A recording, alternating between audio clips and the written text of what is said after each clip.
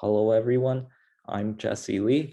Welcome to video number 2 of Java Fundamentals. So some quick announcements. First, I'm going to put a link in the description to the list of videos. You can go ahead and check that out. And that link also brings you to the list of content covered in each video. So you can use that to see if you've remembered all the content. And if you forgot anything, then you can find which video to review that content in. And if you aren't subscribed, make sure you subscribe for more educational content. And now let's dive right in. So in the last video, we learned about giving output, and you learned that if you have something surrounded by quotation marks, then Java will output exactly what's written in here, unless you have the escape character. But Java can do much more than that. Let's try to print something out without the quotation marks. Let's try to print out 8 plus 3. If you were to have quotation marks, then Java would just print out 8 plus 3, but since you don't have quotation marks, it should print out 11. All right, and then let's try some more examples. Here, I'm just going to copy and paste this. All right, so let's try 8 minus 3, 8 times 3, 8 divided by 3, and then this means the remainder when 8 is divided by 3. So this percentage sign right over here, that's what it does. It returns the remainder. So let's see what each of these prints. All right, so first it printed out 11. That's correct because 8 plus 3 is 11. And then it printed out 5. That's correct. 24. That's correct. 2. 8 divided by 3 is supposed to be 2.6666 and so on. So why did it print out 2? Well, we'll get more into this later, but first, the remainder when 8 is divided by 3 is 2, so that's correct.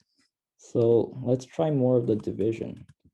Let's try some more examples. So first, let's do 5 divided by 2. All right, and then let's try 5 divided by 4. And then we're going to do 6 divided by 3. Let's run this and see what happens.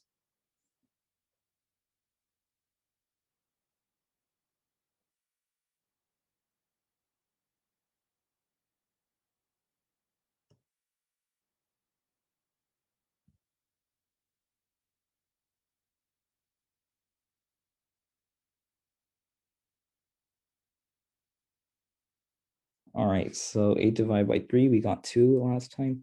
5 divided by 2 is supposed to be 2.5, but we got 2. 5 divided by 4 is supposed to be 1.25, and we got 1.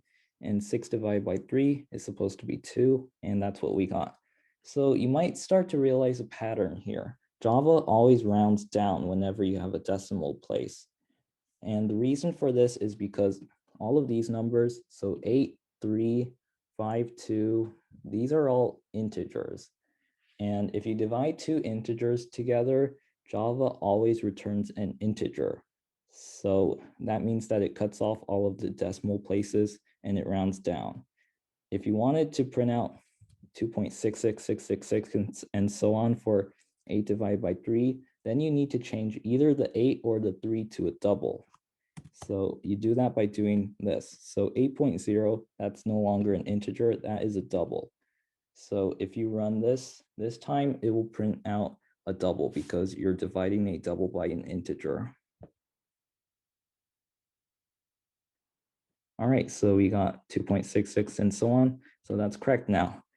And this brings us into today's topic on variable types. So variables are very important because they are how your program stores memory. The device that you're watching this video on right now, it has so many variables. Just a few examples of what they're storing are your login name, your login password, your system preferences, your frequently visited websites, and so much more. So here are the variable types. So we just saw two types, int and double. And how computers store memory is by using bits. Each bit can have two states. It's either on or off.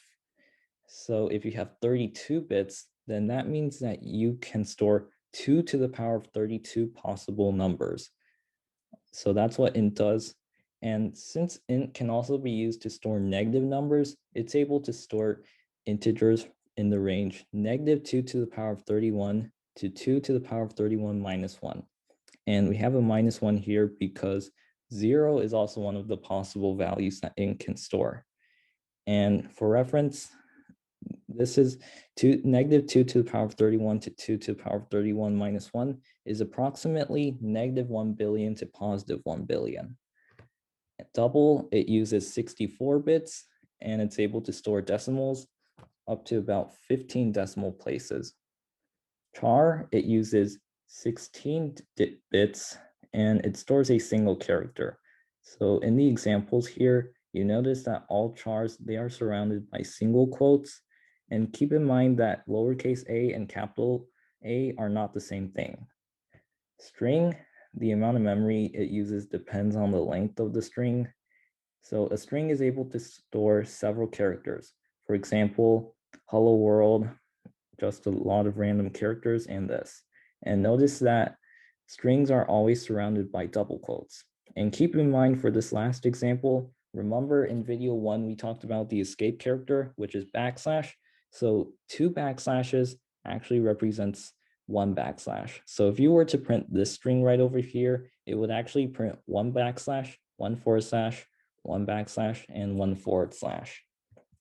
And then we have Boolean. It uses only 1 bit and it stores either true or false. So these are the important variable types, and there are also some others. So these are just variations of int and double. So byte, short, and long, they all store integers except they use 8, 16, and 64 bits respectively. So if you know that you don't need to store numbers that are very long and you want to save some memory, then you can use byte or short. And if you know that you need to store very long numbers, then you should use long. And keep in mind that for long, at the end of a long, you need to put the letter L, because if you don't, then Java will think it's an int, and then you'll probably get an error. And then we have float, which is not very commonly used.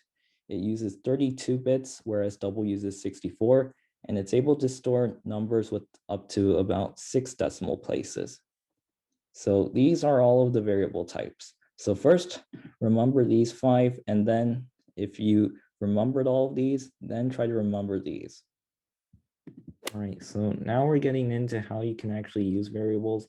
So first we'll talk about initializing and accessing variables. All right, so the way you initialize a variable is first write the variable type. So if you want to make the variable an integer, write int, and then give the variable a name. So you can use letters and numbers. You can make it as simple or as complicated as you want. You can just make it a, for example, equals, and then the value you want to set it. So if we want to set a equal to 8, then we write 8 and then semicolon. So now a is set to 8. And for the rest of the program, a must be an int. You cannot change the variable type, but you can change the value. All right, we can create another variable int capital A, and keep in mind that A and capital A are not the same thing. They'll be treated as different variables. Right, and now if you were to do system.out.print A divided by capital A, you would get the same result as we saw earlier. It will print out 2 because you're dividing 2 integers. If you wanted to print out 2.666, then one way to do that is to set one of the variables to a double, and the other way is to use double casting. So how that works is inside the statement, you do parentheses, double, and then parentheses surround what you want to make a double. All right, so double casting, that basically treats this lowercase a, even though this is an int, it will treat it as a double. All right, so now let's make some other variables. So char. All right, so char, let's make it an exclamation mark. that's an example of a char string. And keep in mind you need a capital S. All right, let's make it banana Boolean C equals true. All right, so now we've initialized a lot of variables. So let's go ahead and just print out each of these.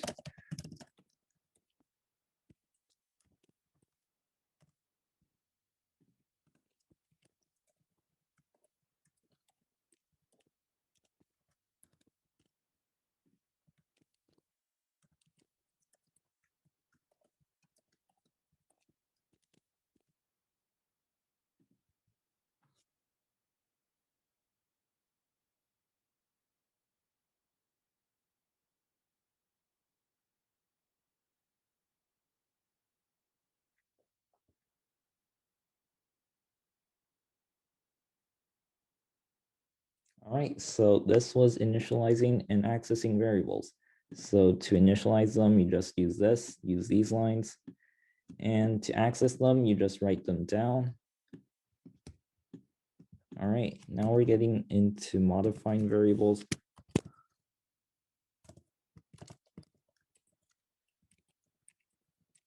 So as I said earlier, you can change the value of a variable, but you cannot change the variable type. So how you can change the value, there are several ways. The first way is if you want to change the value of a, for example, to a equals, and then the new value you want to set it to. All right, so what this does is it sets a to 5. So if you were to print a out right now, it would give 5.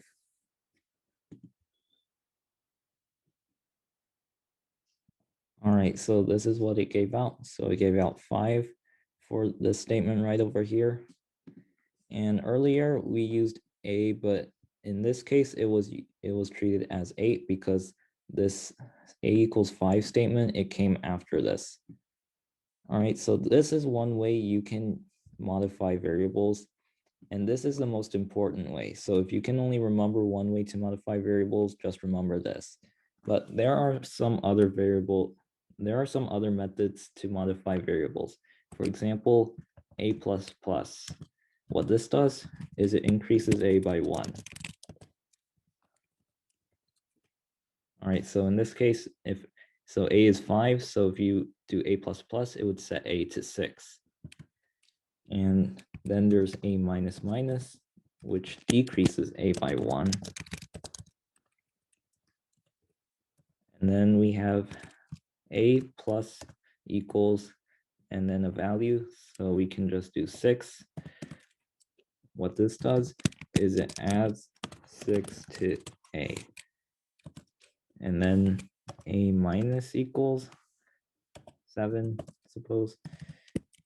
And this subtracts 7 from a. And then there are also these statements. So a times equals, a slash equals, and a percentage equals.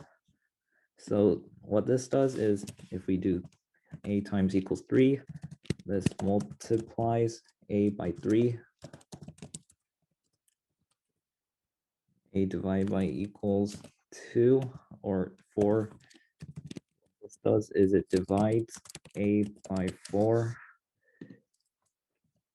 Right, and then this final statement sets a to the remainder when a is divided by 5.